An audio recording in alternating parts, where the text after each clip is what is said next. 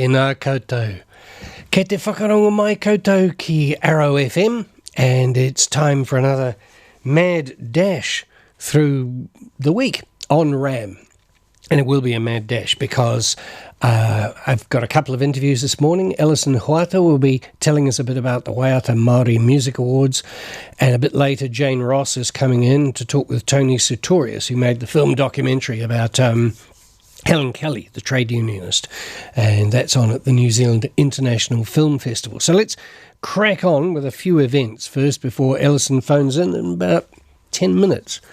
First of all, the Big Y art sale is on at the Carterton Event Centre, which, as you know, is in Holloway Street, Carterton, from Friday till Sunday, open 9 till 5.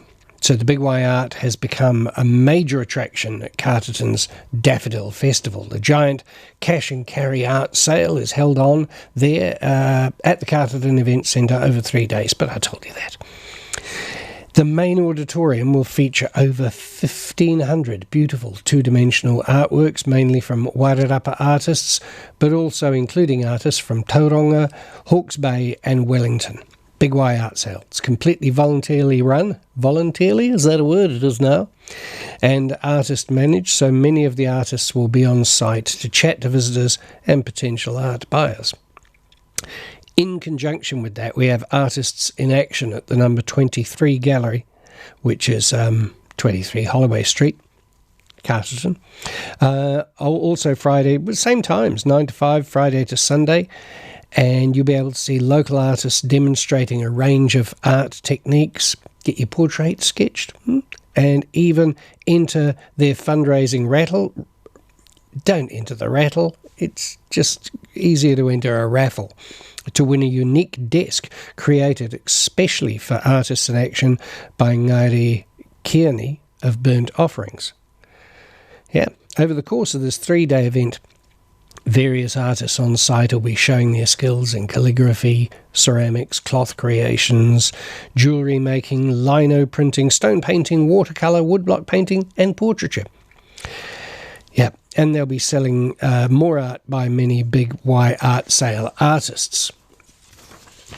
Sunset Cinemas still happening at the Carterton Event Centre, and on Friday, 7 till 9:30pm, a man called Ove. He's an ill-tempered, isolated retiree who spends his days enforcing block association rules. That's in the area he lives in, and visiting his wife's grave. And he's finally given up on life just as an unlikely friendship develops with his boisterous new neighbours. A Man Called Ove, Sunset Cinema at Carterton Event Centre, 7 o'clock on Friday. Moving on to Saturday, Hinemoana Baker is coming. I've been waiting for this for some time because I believe this is her only night performing in New Zealand in 2019. So that's at Aratoi on Saturday, 7 till 9:30pm. She's a great performer. In fact, she also writes short stories. I was reading an edition of Sport the other day, and there was a great short story of hers in that. Concert will feature a multilingual section from her back catalogue and her upcoming collection, Funkhouse. Supporting her is Meg Hunter. She's a young singer, pianist, songwriter, and she won this year the junior section of Talent Wairarapa, singing her original song, Submerged. And then she went and got second in the Smoke Free Rock Fest regional final in the solo duo category with another original piece. So go and see Hinemoana Baker and Meg at the Aratoi, 7 o'clock on Saturday. Also on Saturday, but moving up to Dannevirke, the Viking Choir Spring Concert is on at the Fountain Theatre. That's in Ward Street, 7 o'clock. Adults $10, children $5. It's door sales only. You know what to expect with a Viking Choir Spring Concert, don't you? Now, as I say, Alison Huata will be phoning in a while, so I just got to keep talking until she does, because there's a few events that you want to know about. We're moving on to Sunday. I know, Sunday already. I've only been going 5 minutes. Slow down, Michael. All right. It's the Carterton Daffodil Festival again. On, guess where? Carterton. From specifically on Sunday 10 until 3. And there's lots and lots of stuff about it. It's out at... Where does it say it is? Well, you've got... It's at Middle Run. I knew it was at Middle Run, but you just don't want to say these things without having it in print in front of you. There it is. So you've got the Daffodil Express steam train rides, horse and carriage rides, the opportunity to wander around the immaculate grounds of Carrington House, and loads more family fun. They've got some questions and answers here, so here they are. Where can we buy the Carterton to Masterton Express train tickets? Right, you can get them at Take Note in High Street, Carterton, Kuripuni Bookstore, Queen Street, Masterton, and online at www.cartertonrailwaymuseum.org.nz. So that's where to get tickets. Take Note in Carterton, Kuripuni Bookshop, or, the Carterton Railway Museum website. Where can you buy the Wellington to Carterton Express train? That's the same question. Oh well. Moving on, how much? By the way, the train boards at Wellington Station goes through Petone, Waterloo and Upper Hutt, so it'll stop there for you to get on if you're listening or watching this in Wellington. The cost is adults $95, children under 13 $55, infants under 2 are free, and that includes the return fare. So, mentioned a few places you can get steam train tickets. One of them is www.steaminc.org.nz. Right, will the Metlick trains still operate as per their timetable? Yep, so they're not going to bang into the steam trains. They've got it all worked out. Visit the Metlick website for times. Those of you who travel on the train, you do that all the time, or you probably got the schedule memorised. What roads are closed in Carterton during the event? The following road closures. Holloway Street from High Street to Carterton School, because it's all happening there, isn't it? Nelson Crescent to house number 30. Memorial Square from Park Road entrance around to the exit into High Street, and Broadway Street from High Street to William Wong Place. Can we drive out to Middle Run? No. For safety reasons, please do not drive your vehicle to Middle Run for the daffodil picking. There is no space to park, and you'll be faced with a long walk along an open road. So please catch one of the free daffodil buses from Carterton. Great service, eh? And here's the question, are there buses? Well, yeah. So free buses running throughout the day between Carterton and Middle Run for the daffodil picking. First bus departs at 9:45. They depart from Mason Street in Carterton. All buses will take passengers out to the rural Gladstone property and return to Broadway outside King's Woodworking. They start at 9:45 and they go throughout the day completely free. So just wait at King's Woodworking on Mason Street. It says Mason here and Mason there, so and jump on the next available service. Daffodil picking will cease at 3 p.m. What should you wear? Middle Run is a rural property, and we strongly advise, when I say we, I mean them, advise you to dress warmly or bring with you warm clothes and a jacket. Don't forget to wrap the kids up warm too. It is essential you wear appropriate footwear. Gumboots are advised, or sneakers. Expect them to get dirty if there's been recent rain. How much is it? Middle Run daffodil picking is $4 per bunch, and the monies raised go to Plunkett. It's cash only. Will there be horse and surrey rides again, you ask? Yes, there will be horse-drawn surrey rides. These will leave from outside the Carterton Memorial Club on Broadway. Travel down Broadway to the train station and return. Cost is $2 per child, $4 per adult, and that's cash only too. those are the questions. Well, actually, I have a question. What happens if climate change mucks up the seasons and the daffodils emerge way ahead of time and there's nothing left to see on the day? Hasn't happened this year, but what about? Think ahead. Although I think the answer is that there are lots of different varieties of daffodil, and they make sure that they plant many different varieties which will bloom and pop up at different times, thus ensuring that there's always plenty of daffodils to see and pick on the day. Yeah. But if that answer doesn't satisfy you, get in touch with Carterton's new climate change advisor, Melanie Bath. Good on you, Carterton. That's great, isn't it? They've got a climate change advisor, and some people say, what do we need that for? I betcha there's going to be plenty of things for her to do. Right, well, I could tell you some things happening from Monday on, but any second now I'll get interrupted by Ellison Huata, and we'll talk about the Wairarapa. No, it's not Wairarapa. It's... Oh, there she is. I'm presuming. Right.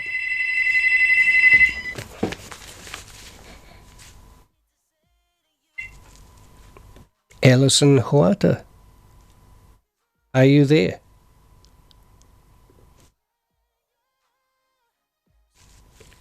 I can't hear her yet.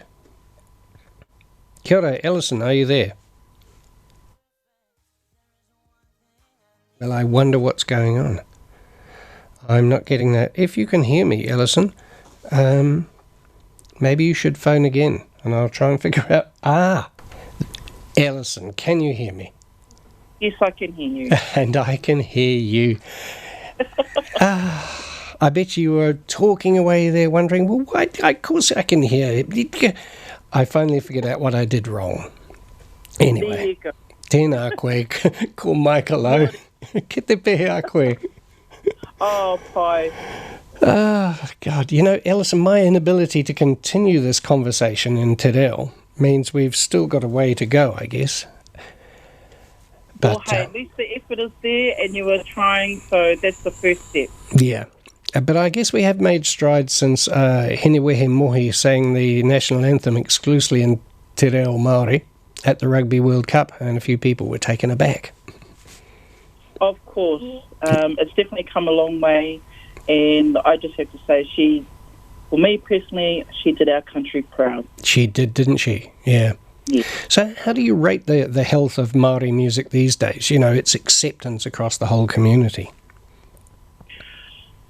Oh, it's definitely come a long way, and it progresses each year, and it comes with much passion, especially from our rangatahi. Our rangatahi have so much talent. Yeah. So much talent, and be able to be mentored by those established artists such as our ambassadors, Macy Rika, Rob Ruha, Taisha. It's another form of communication that the world definitely understands. And those are universally known names too. It's not just, in the Pākehā world. And look, across the world. I was in, I'm not skiting, but I was in LA a while back visiting my son. And an Uber driver there told me that Catch a Fire was his favourite band, which was wonderful. And how awesome is that? Yeah, it's great. I'm saying. Our people are universal. It doesn't matter what language we sing in. Yeah. It's being accepted worldwide, and it's been a long time coming, but it's very strong now. Across all Indigenous people. So. Yeah. And my son says whenever he pops into a fast food joint or whatever in LA, and Fat Freddy's Drop comes on, he's yes. Yeah, and that's exciting. I totally understand the enjoyment when you do hear something from home when you are in a foreign country. It just takes you back, it brings back all those memories of home when you are away from home. But here in this country, it used to amuse me back when people would resist, like commercial stations would resist a New Zealand music quota, as if somehow there wasn't enough variety in New Zealand music to cover all the genres.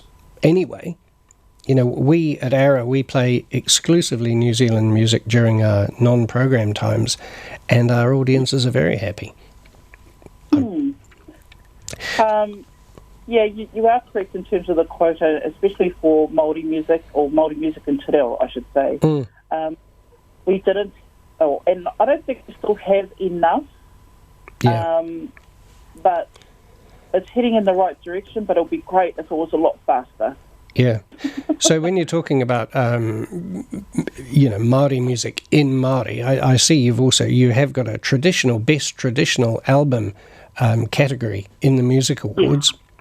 It makes me think of the debt we owe to people like Hirini Melbourne and Richard Nuns for really getting Māori traditional instruments into the public consciousness. Oh, of course, and their mahi continues throughout today, and it still continues on in terms of their legacy.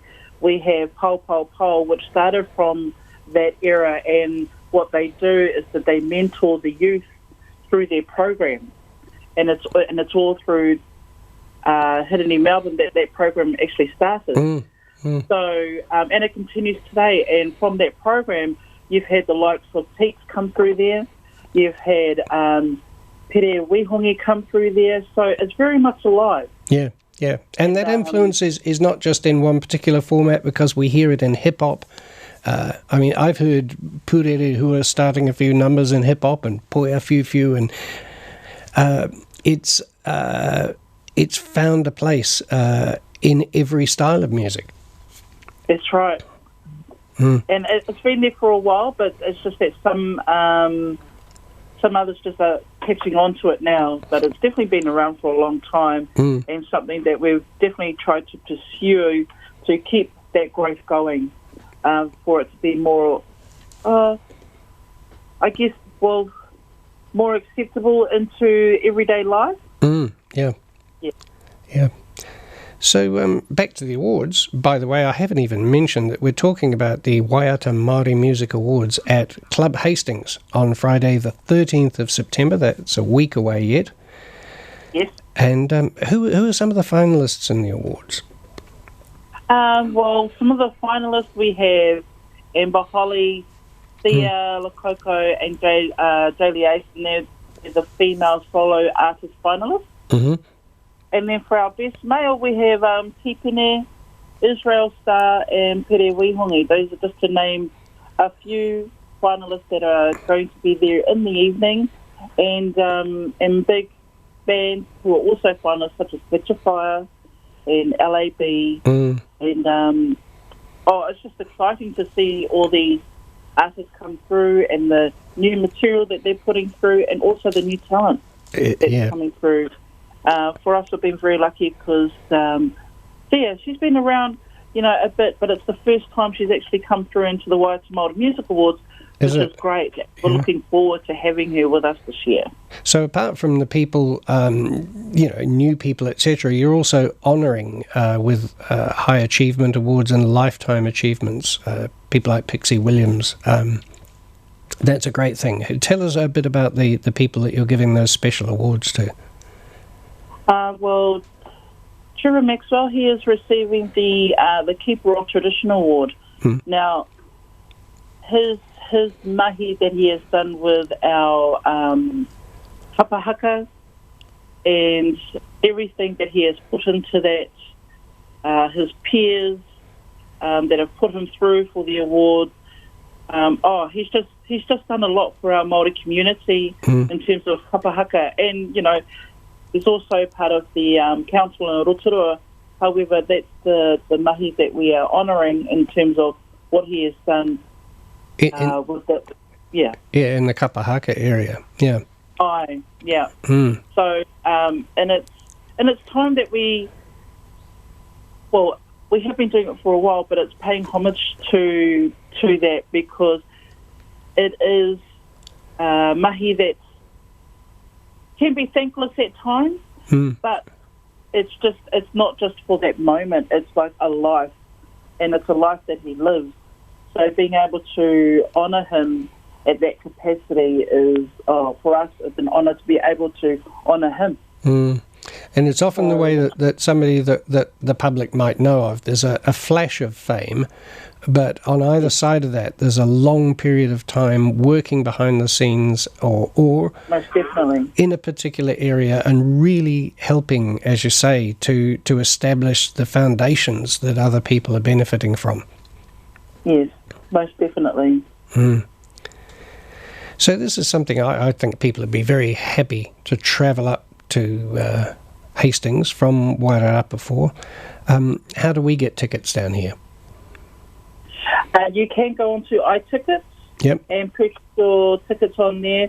We have the VIP, which includes the meal and a show, the red carpet extravaganza, Yeah. and then we have the show only, and that basically gives you the awards and being able to meet the finalists as well as our VIPs that will be in the audience that evening.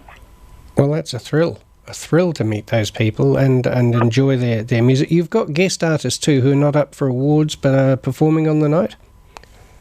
Yes, we have a number of artists and we're looking forward to it. We definitely have our ambassadors, Rob Luha, Mehirika and Kaisha. We also have Thea and La Coco as well, Troy Kingy, just to name a few. And we do have a rather big act that we can't announce until later today. Okay. So watch this space. Which space should they look for? Is there a website that we can go to or a Facebook page? There is a Facebook page, which is Wairarapa Māori Music Awards. Yep. If they go on there, the announcements will be there. The information's all on there, along with the poster where you can get tickets. Great. Yeah. We have many people that listen to our programs that are not computer literate and they like to hear it, on air. So it's at Club Hastings. Where is Club Hastings and what's the time for the event? The event itself, if you are a VIP, you need to be there at 4:30. Right.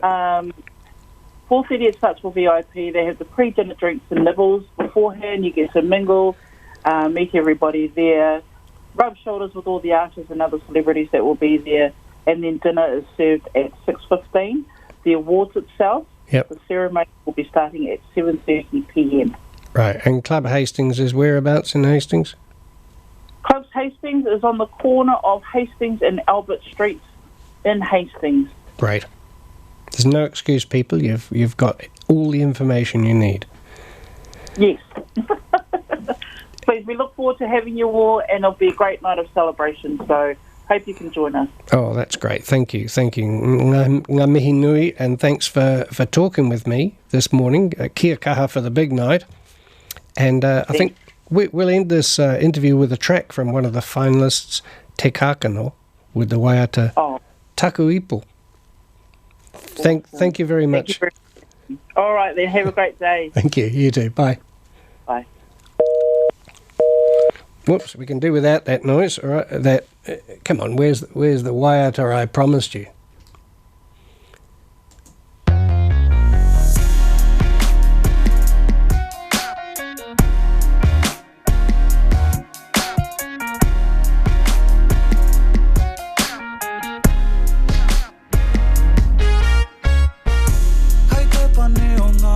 Whakaro, ko e whakawairangi nei ahau, tauri mai kia tata e hine. Ka tahi tonu koe ka aro mai, e hara I te mate kone he, e ao ia, he aroha pumauke.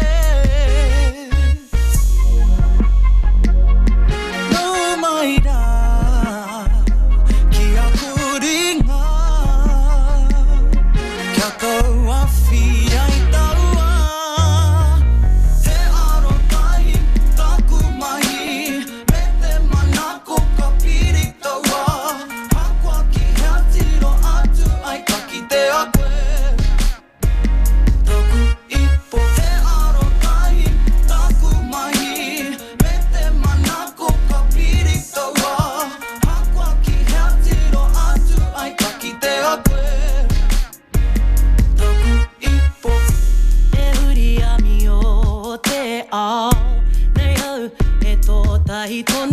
mai Wai ka hua ka pehara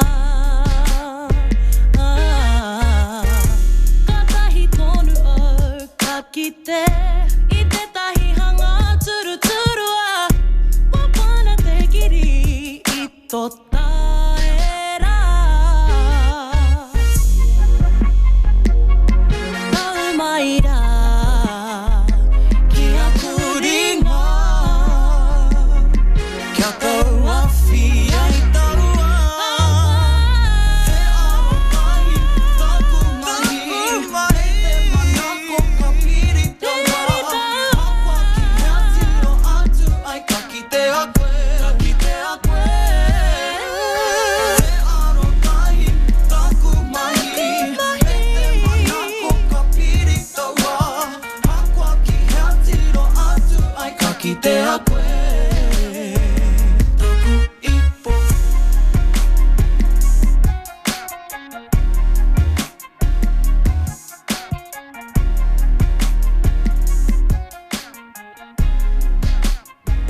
Taku ipo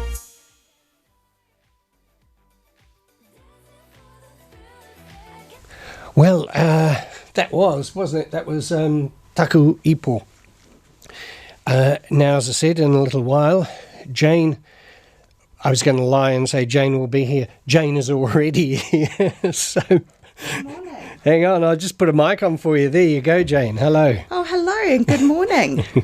So, Jane, we're going to be talking with, you are going to be talking, because you're the expert, with Tony Sartorius in a little while about the film of Helen Keller. Helen Keller, not Helen Keller. She was the other person, Helen Kelly. Indeed. So he'll be phoning in about 9 minutes or so, I think. So in the meantime, if there's anything else you wish to chat about the film festival, then we could do that. Or you could give him a text and get him to phone in a bit earlier. Well, how about we do both? All right, yeah. I would love to talk about the New Zealand International Film Festival and the program here in Masterton. This year has been outstanding.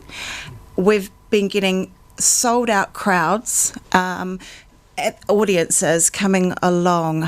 From the opening night, we had Mrs. Lowry and Son, which was a fundraiser for the Pacific Studio Artist Residency, sold out. Fabulous character study of were you there, Michael? No, I can't. I wanted to see that, and I'm just trying to think what was the reason.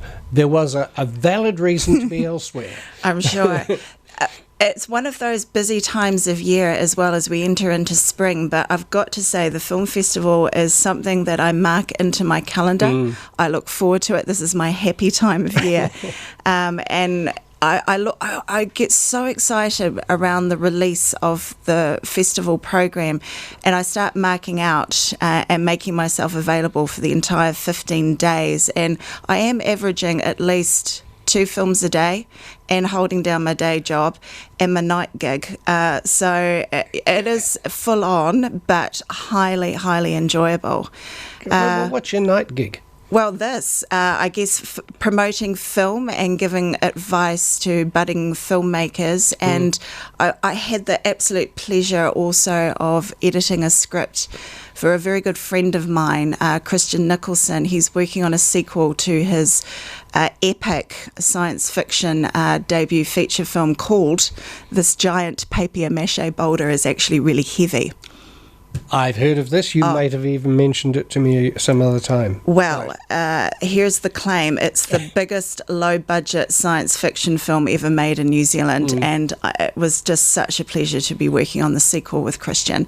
So that's in pre-production. They've started rehearsing the script with the actors, and it's just coming along a treat. So that's my moonlight, my night gig. Yeah. And it does keep me awake at night, but it's highly stimulating. And I do throw myself into the characters and the moment and the landscapes, and I visualise the script as I'm going through it. And this one had references to Python, to Austin Powers, and how wonderful to read something and laugh your head off in that process of editing. If you read read and laugh, you know you've got something that's really going to work. I think it's going to be special. Yeah. So, but back to the film festival. I took my lovely mum last night to see a Leonard Cohen tribute film, Marianne, Songs of Love, and indeed it was. And both Mum and I are singing Leonard Cohen songs this morning, of course. I remember you well at the Chelsea Hotel, particular favourite of mine. And presumably So Long Marianne. Yes, yeah, well, it told that story of his love, his muse, and a woman that influenced him for many decades of his songwriting career and indeed was a big part of his personal life. The wonderful thing about the film festival with the plethora of films and genres that are available is it does indeed engage conversation. And I've had so many wonderful spin-off conversations with random people in the foyer who are just wanting to talk. And of course that's the thing that I do too, is invite filmmakers to come to the Wairarapa and just engage with audiences in conversation around the themes that these films are telling, the stories behind the making of the films, the inspiration behind the films themselves. It is a part of the process, isn't it, to discuss it afterwards? Otherwise, I think so, yeah. It just becomes a thing that you've consumed and then you move on. Yes, of course, you're thinking about it yourself, but examining and testing those ideas with other people and seeing if they've got similar views of it is really important. Now, one of the highlights so far at the festival for me has been Amazing Grace. So 45 years this film sat in technical difficulties, legal disputes, and it was nothing short of a miracle that the film was ever released to the world.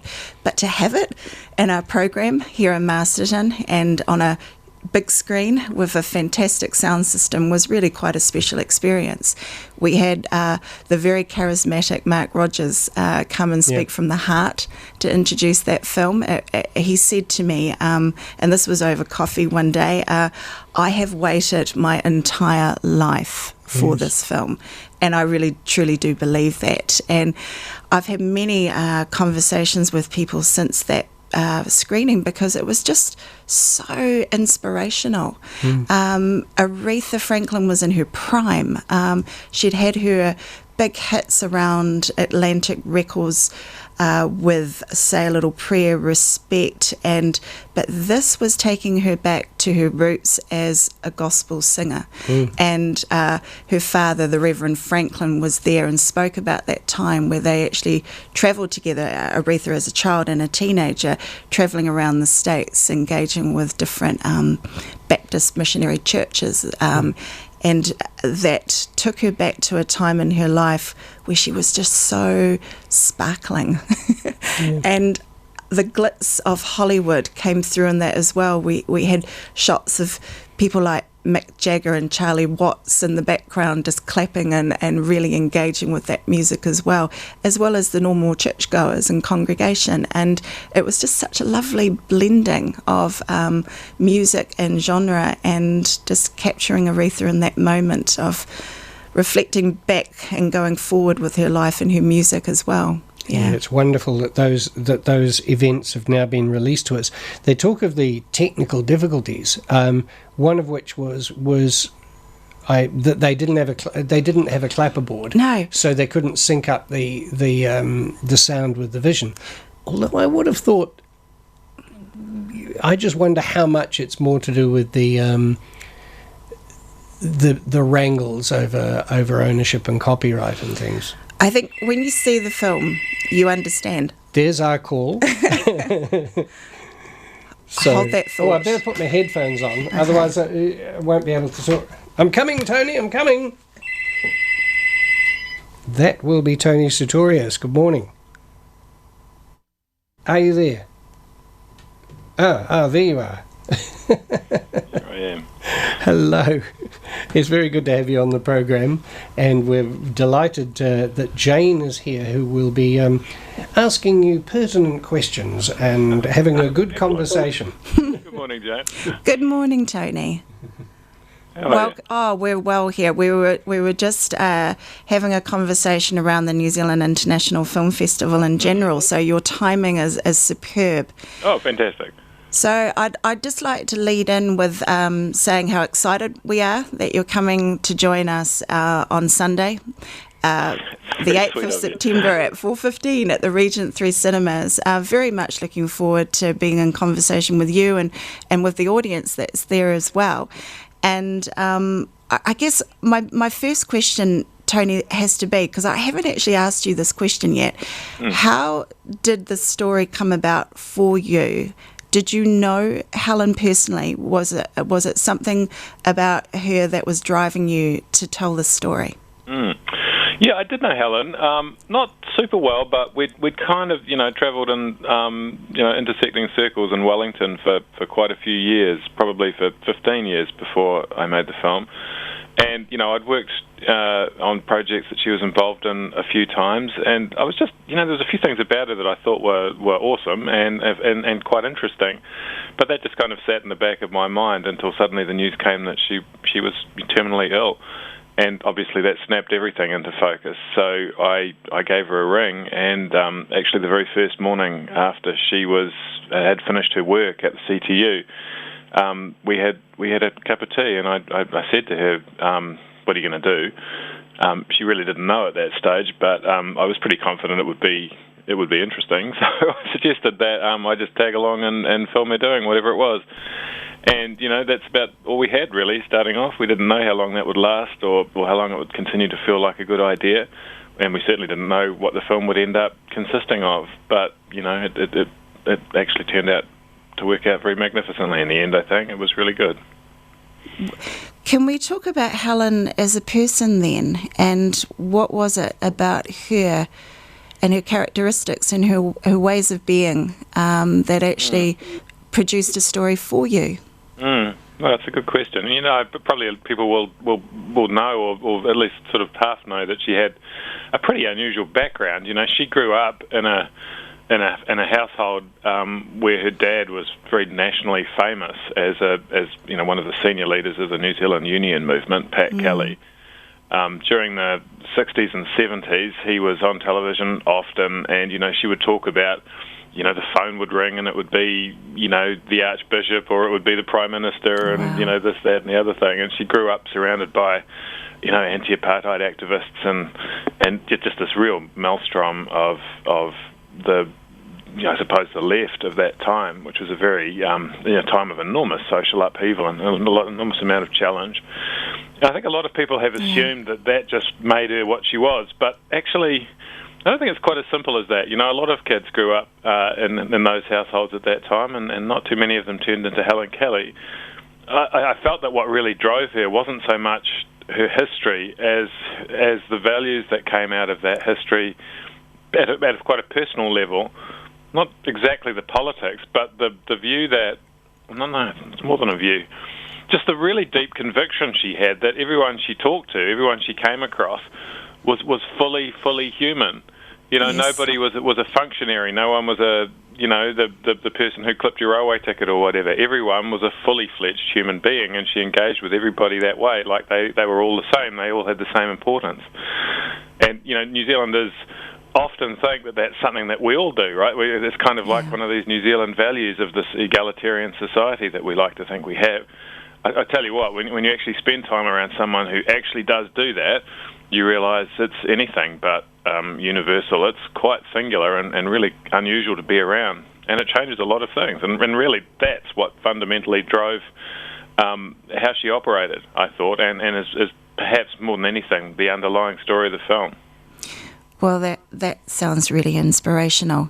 I love the quote that has come with the program. Helen herself says, "I'd just like people to be kind, and that would make a hell of a difference."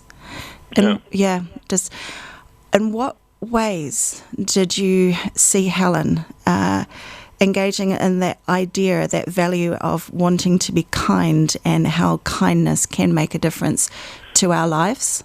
It's an interestingly prescient thing for her to have said, isn't it? It's become quite a fashionable comment after her death. And I think the connection back to her may have been forgotten, but she was kind, and perhaps that sounds a little bit soft. She wasn't. She was very muscular, and really she was a warrior, and a very seasoned battler for all sorts of things. But she was, even the people that she was, engaged in political fights with, she didn't hate.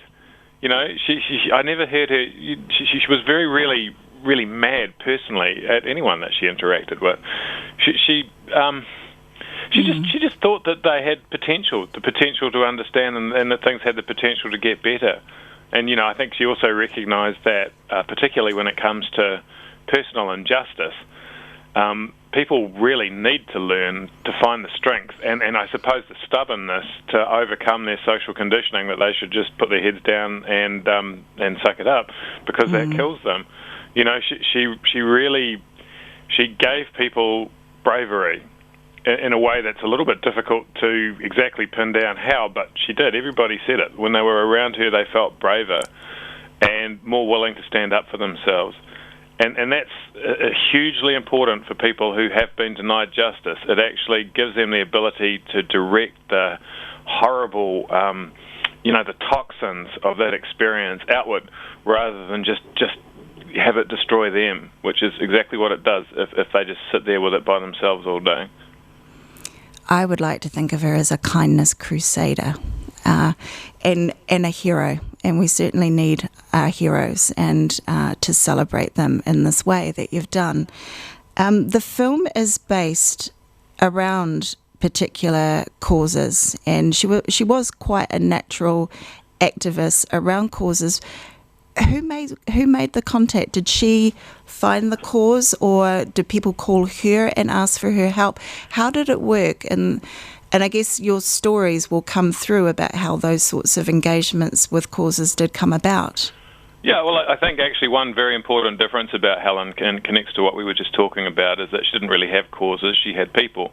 Well, fantastic. And so the people would come to her, or actually quite often she would just hear about them. That was the example with Pike River. She heard about it, as we all did. She, unlike most of us, actually reached out to people like Sonia Rockhouse and Anna Osborne and said, "Can I help you? What do you need?" They weren't getting a lot of that. They were getting a lot of people with a lot of agendas kind of crawling all over them, but not a lot of people just actually wanting to come and listen to them and respond to what they thought was missing. That's what she did, and for people, as you'll see in the film, who lost people in forestry, which is actually very similar to the Pike story, but just on a much quieter scale, because it doesn't have the same sort of media interest. Same sort of thing. These isolated people who felt like the lack of justice that they'd experienced was just what they were going to have to live with, suddenly started to realise that maybe something else could happen. And she just chugged along and did what she could. And she did that right to her deathbed, literally. We know how this film is going to end. We know what the story is leading up to. What was that like for you, Tony? You spent the last 15 months, more or less, with Helen. What was that like for you? And I have a question. What was that like for her family? Starting out with me, it was hard. I mean, she became my mate, and we spent a lot of time together in that last year, which incidentally, I mean, the value of being able to spend that time of hers with her, I felt very intensely. There was many people who would have liked to have had that contact with her at that time and couldn't. So I felt an enormous sense of privilege to have that opportunity. It was difficult, and she became my mate, and I watched her die, and then spent 3 years in an edit suite watching it over and over again, and trying to kind of build some meaning from it. That was a intense and extremely challenging personal experience, which I'm still getting to grips with. But actually, to be perfectly honest, it was difficult. But also, I mean, it was good because she didn't. I don't think she died. Wondering or feeling like, I suppose a lot of people do, that their life hasn't meant enough. I mean, her life had meant a tremendous amount to an enormous number of people, and that's not a bad end to life. I think to be surrounded by, in a way, the family she'd created, from those people that she'd helped. But to move to the second part of your question, obviously she was also surrounded by her own family, and they were having a really hard time during the last year of her life, and having me around was, not making it easier, and that was hard for them, and it was hard for me. It was a difficult thing. It was important to her that it was recorded and that I was there, and because of that, they all did their best to accommodate it. I made a decision, and Helen agreed that we wouldn't include them in the film much. I didn't actually want this to be a film about her death. It's really a film about this intensely clear last year of her life. It's like there's this huge moral clarity that comes over people when they know that these are the last things that they will do. And that's really what this is a film about. The question that her death raises, I think, is, well, it's really up to people to find that for themselves. But two questions I find myself asking is, did she get there? Did she get these causes over the line? And the simple answer is she didn't. But what she did do is equip and inspire a bunch of other people who have gone on to now be able to fight their own fights and are getting closer. So, that's pretty magnificent, and I really wish she was around to see that. But secondly, why are we a country where, people who are critically ill have to be the ones who are out, manning the barricades, trying to get the basic human rights and access to justice that you would think are the rights that we all have as New Zealanders? It really reminds me of my new friend Anna Osborne from Pike River, who's in that exact same situation now. Yes, and it still seems to be a requirement that people, drag themselves off their chemotherapy couch to get out and, stand with a placard somewhere. It's odd that seems to keep being necessary in New Zealand.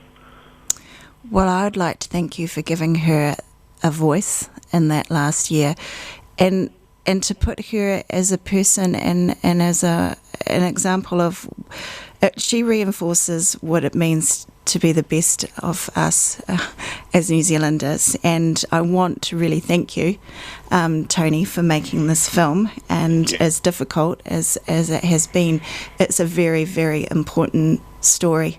And thank you so much for the contribution that you've made, and for being Helen's friend, and for being by her side, and giving her this voice to talk about these people and the causes that she was fighting for.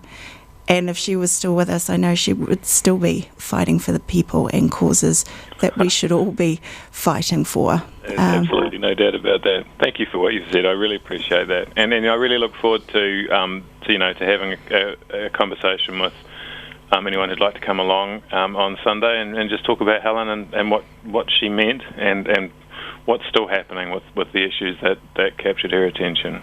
So, Tony, Michael chipping in here, you talked about that event where you are going to talk a bit more about this.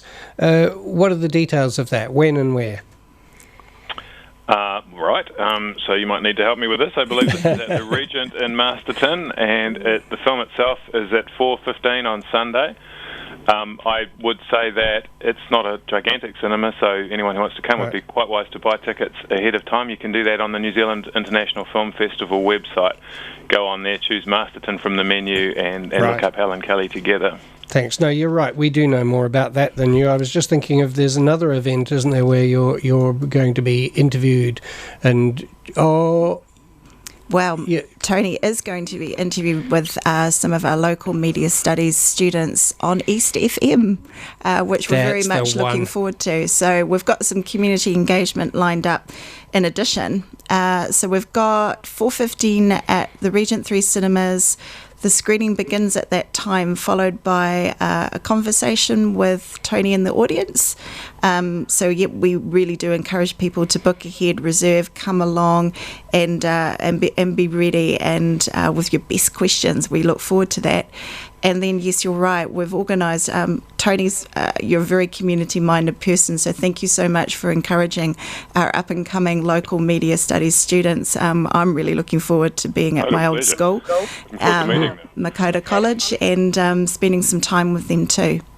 And we're also going to be doing some support around Mental Health Awareness Week. So Makota College do a marathon session around that. So they're looking forward to having a conversation with you around those themes too. Awesome. And can I just conclude by saying, obviously Helen was involved in lots of lefty subjects, but in a way, in fact, quite fundamentally, I don't see this as a lefty film. It's not just for lefty people. This is a film for New Zealanders who are interested in who we are as New Zealanders now, and in justice. The things that we should all have a right to. I really hope it speaks to every New Zealander. That's why we made it. Yes, I think it will. I'm just picking up on something you said about equipping and inspiring. It seems to me that one of the functions of any art and this film would be so people can catch some of Helen's courage and some of her kindness, yes, and so that then gets taken out onto the streets by many people.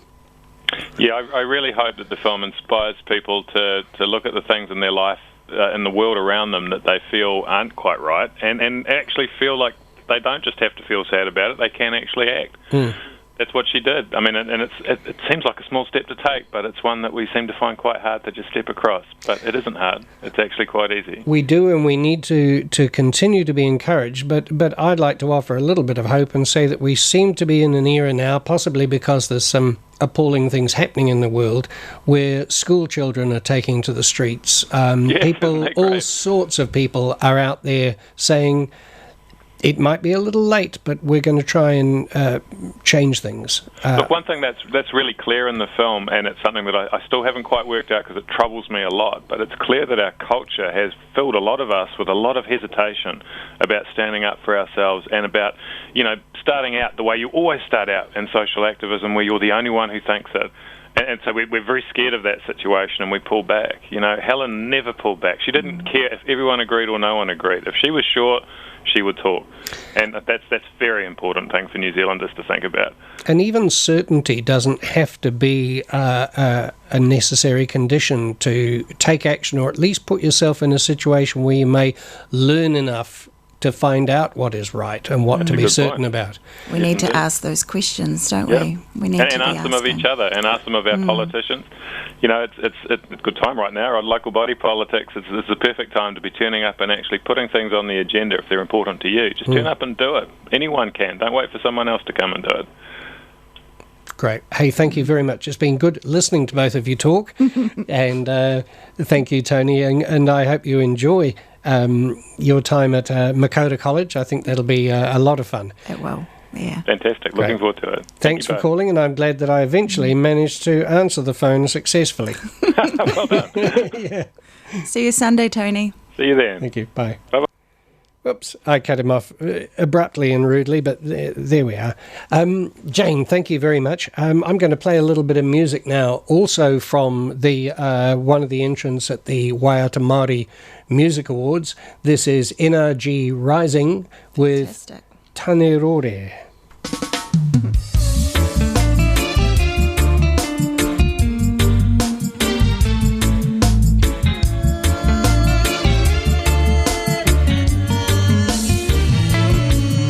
Kahaka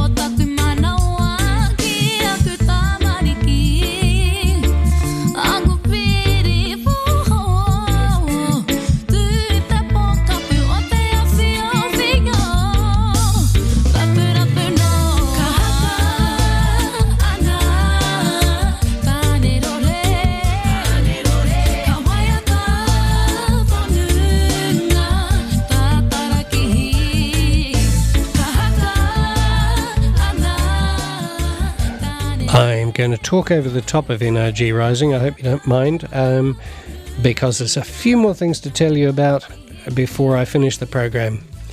So on Monday, at the Elsker Centre, it's the Elsker Centre Open Craft Day. This is in Dannevirke, St John's Church Hall.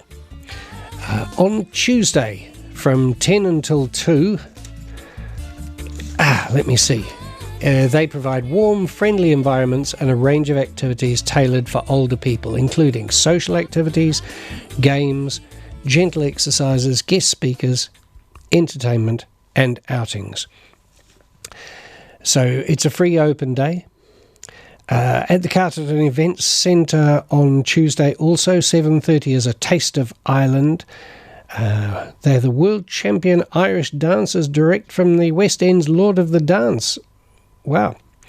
So the Irish music and dance sensation tours nationwide, telling the tale of the world's most loved nation. Well, so they say, in one incredible performance. So that's Tuesday, 7:30 to 9:25. That's very specific. You know, what if somebody gets carried away and does a little bit of an extra twirl? It'll be 9:26 before you know it. The Tin Hut Live is featuring Nick Charles at the Tin Hut on Wednesday, the 11th, 7:30 to 10:30. He's performed all over the place, known internationally as Australia's virtuoso of acoustic roots and blues. So that's on at the Tin Hut this Wednesday, 7:30 to 10:30. Kapahaka Festival on in the Dannevirke Town Hall from Friday the 13th of September. Might talk to you about that next week. Hey, it's been a full show, and I've enjoyed speaking with Ellison Huata and Jane and Tony Sutorius. Thank you very much for helping make it a really interesting show.